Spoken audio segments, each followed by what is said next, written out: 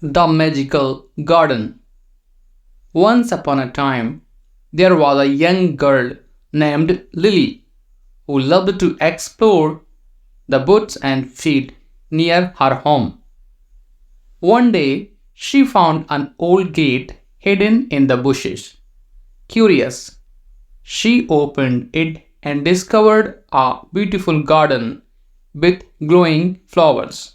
In the center of the garden, there was a special tree with shiny key underneath it. When Lily picked up the key, the tree spoke to her.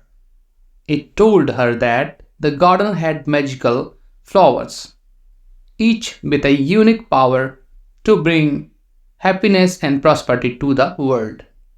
Lily decided to learn about the magic of each flower and how to use it wisely. She used the enchanted flowers to help her village, bringing kindness, laughter, and hope to everyone.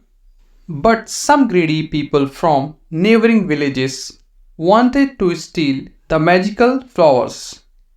When they tried, the flowers wouldn't obey them because their intentions were selfish. More people came to see the garden, and Lily taught them to use the magic for good. Garden became a place of kindness and harmony.